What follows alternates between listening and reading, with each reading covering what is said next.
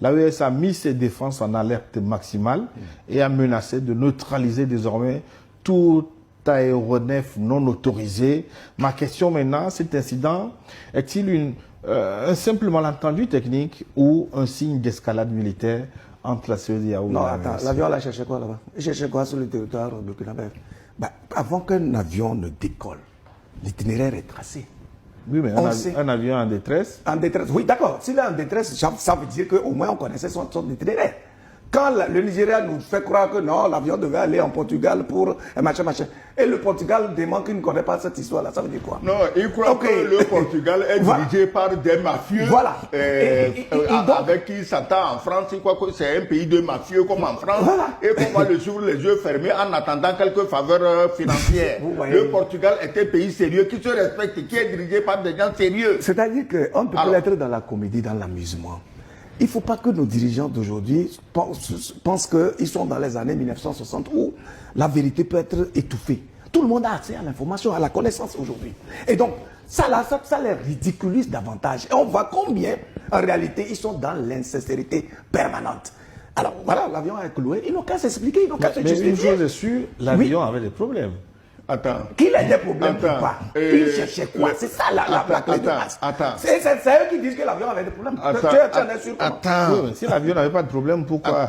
On l'a fait descendre. Attends, calme-toi, Gilles. Il a une infraction. L'avion avait des problèmes. Il avait des problèmes où? Et voilà. Il cherchait quoi? Si l'avion avait donné son plan de vol, qui survolait le Burkina, et il a des problèmes, il est logique. Mais tu as vu l'itinéraire? Le type quitte. D'abord, maintenant, on dit qu'il allait au Bénin. Il n'allait plus au Portugal. Bon, il quitte. Il traverse le Bénin. Il traverse le Togo. Au Bénin, les Français viennent de finir un grand aéroport à Tourou, au nord, où leurs mercenaires, leurs soldats sont en train d'atterrir pour aller tuer les gens du Sahel. Bon, c'est pas moi qui le dis, hein, c'est le président Tiani qui l'a dit. Et personne n'a contesté. Parce que l'aéroport, il est visible 3500 mètres. C'est les plus grands aéroports qui ont de telles pistes pour permettre l'atterrissage même des Boeing 747. Donc, il a des problèmes. Il n'a pas atterri au sud à Cotonou. Il n'a pas atterri au nord à Tourou. Ok, il passe. Il vient, il traverse le Togo. L'aéroport est à Niamtougou. Il n'a pas atterri. Et il rentre dans le Ghana. Tu vas au Ghana, à Tamale, il y a un aéroport. Il n'a pas atterri. Et il va dans le Burkina, il cherchait quoi? On dit il est en panne, il est en panne. Il est en panne où? Est-ce que le Burkina est allé le détourner sur un territoire extérieur au Burkina? Ils n'ont qu'à nous dire ça. S'ils nous disent aujourd'hui que bon, au fait, les chasseurs burkinabés sont allés détourner notre avion sur le Togo ou sur le Ghana, bon, là, on les écoute. Mais apparemment, c'est un avion inoffensif. Inoffensif, il n'y avait pas d'armes. Attends. C'est l'avion le plus dangereux qui peut survoler l'AES parce qu'il est hyper équipé. D'ailleurs, soit dit en passant, c'est un avion français. Il est équipé par les Français. Et c'est des officiers formés par la France qui étaient dans l'avion pour espionner les pays de l'AES. Mais il faut faire attention. C'est le plus dangereux parce qu'il fallait repérer les positions des armées de l'AES, des dépôts d'armes de l'AES, des VDP, tout ce qui est stratégique pour ces pays, il fallait repérer ça, parce que toutes les armes qui s'amoncellent depuis 2-3 mois, que Tiani dénonce, et on fait semblant de ne pas l'écouter, c'est pour attaquer. Ils n'ont pas renoncé. Hein. Donc l'avion allait faire des repérages, il revient et on va attaquer. Est-ce qu'il dit qu'il est inoffensif? Un Hercule C-130 inoffensif? L'AES fait très bien de prendre au sérieux cette affaire-là. Vous allez constater que c'est là le président de la Confédération des chefs d'État de l'Alliance du Sahel qui a sorti le communiqué. Ce n'est pas le Burkina Faso, c'est le général Assimi Goïta qui a sorti un communiqué clair qui montre que il y a un acte d'inamitié et il y a donc une forme d'espionnage. C'est un scandale qu'il faut justement essayer de... Je pense que le Nigeria fait bien là de commencer à marcher sur les œufs. Parce qu'en temps normal, Tinubu aurait pu monter sur cet ergot pour dire, écoutez, moi je n'avais aucune intention, il faut libérer mon avion, en train de menacer. Et il a compris que là, ça c'est très sérieux parce que c'est flagrant. Et vous savez très bien que les pays de l'AES ont les moyens suffisants pour décortiquer toutes les informations liées au projet que visait justement cet avion-là. Et donc, si le Nigeria ne se montre pas sage, tout sera étalé à la place publique et c'est le Nigeria qui sera débité. Dans tous les cas, il est évident qu'aujourd'hui, les pays de l'AES ont appris à s'organiser, à être rigoureux avec eux-mêmes et personne, aucun plaisantin, de quelque nature que ce soit, ne peut encore oser survoler le territoire de la Confédération sans qu'il ne soit justement repéré et sans qu'on ait une attention très ferme. Gilles, ton avion était tellement innocent que arrivé sur le Burkina, il a coupé le transpondeur. Voilà, le transpondeur, c'est quoi? Je ne suis pas technicien, je ne suis pas pilote. Ça permet de le repérer. Mais c'est ça qui sert au moins à repérer l'avion. Absolument. À savoir quel avion c'est, qu'est-ce que c'est. Il a coupé le transpondeur. Peut-être que c'est le transpondeur qui était en panne. Non, attends. Tu Et commences à quand un avion est en panne en urgence, il lance le cri d'alarme, Médé.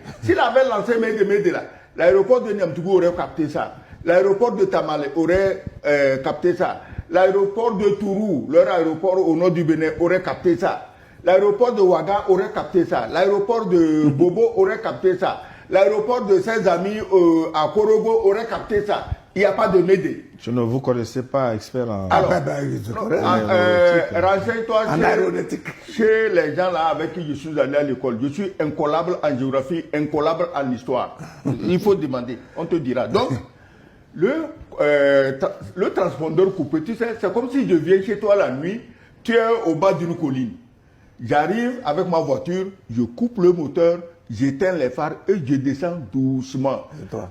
Pourquoi? Je veux te surprendre. Ah ouais, bien sûr. Te surprendre pourquoi? Pas quand même pour t'embrasser. Tu comprends? Donc c'est ça, c'est le système mafieux là. De bandits, de gros bandits, utilisant un gros avion extrêmement dangereux.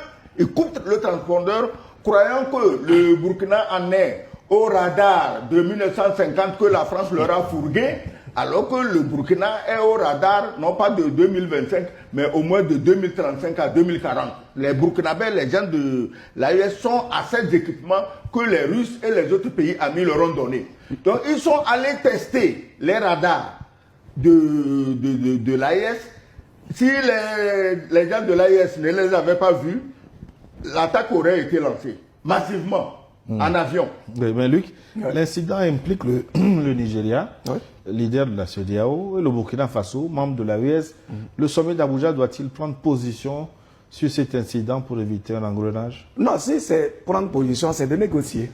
C'est de demander tout simplement que la CEDEAO ensemble disent, bon, mais écoutez, on va faire, mais à pas négocier avec les pays de l'AES, notamment le Burkina Faso, pour que l'avion soit libéré. À moins, si ce n'est pas le cas, et ils ont envie de monter sur leur ego, ben, ça sera un bras de fer, mais extrêmement difficile, parce qu'il y aura en même temps le combat de l'opinion. Et nous sommes là pour être veiller au grain, justement. Gilles, le Nigeria, c'est un grand pays, effectivement. Et je suis très content d'apprendre que le ministre des Affaires étrangères du Nigeria s'est déplacé au Burkina. Absolument. Ça prouve qu'au moins une fois, ils commencent à faire travailler leur cerveau et non les ordres de Macron. Parce que c'est différent. Hein. Quand les Nigériens réfléchissent, ils peuvent faire de bonnes choses. Mais quand ils reçoivent des ordres de quelqu'un, ils sont prêts à bombarder la planète entière comme ils l'ont fait à Cotonou. Donc, je suis content que le ministre nigérian des Affaires étrangères se transporte au Burkina. Mais le Burkina n'a pas dit on ne lâche pas l'avion ou on ne lâche pas les passagers. Il a dit on va ouvrir une enquête. C'est ça, on veut comprendre. Alors, si vous ne vous reprochez rien, pourquoi enquêter vous gêne? Maintenant, il faut enquêter, savoir qui est cet avion, qu'est-ce qu'il voulait, où il allait, qu'est-ce qu'il voulait faire. Donc la sagesse de la position du Nigeria est à féliciter.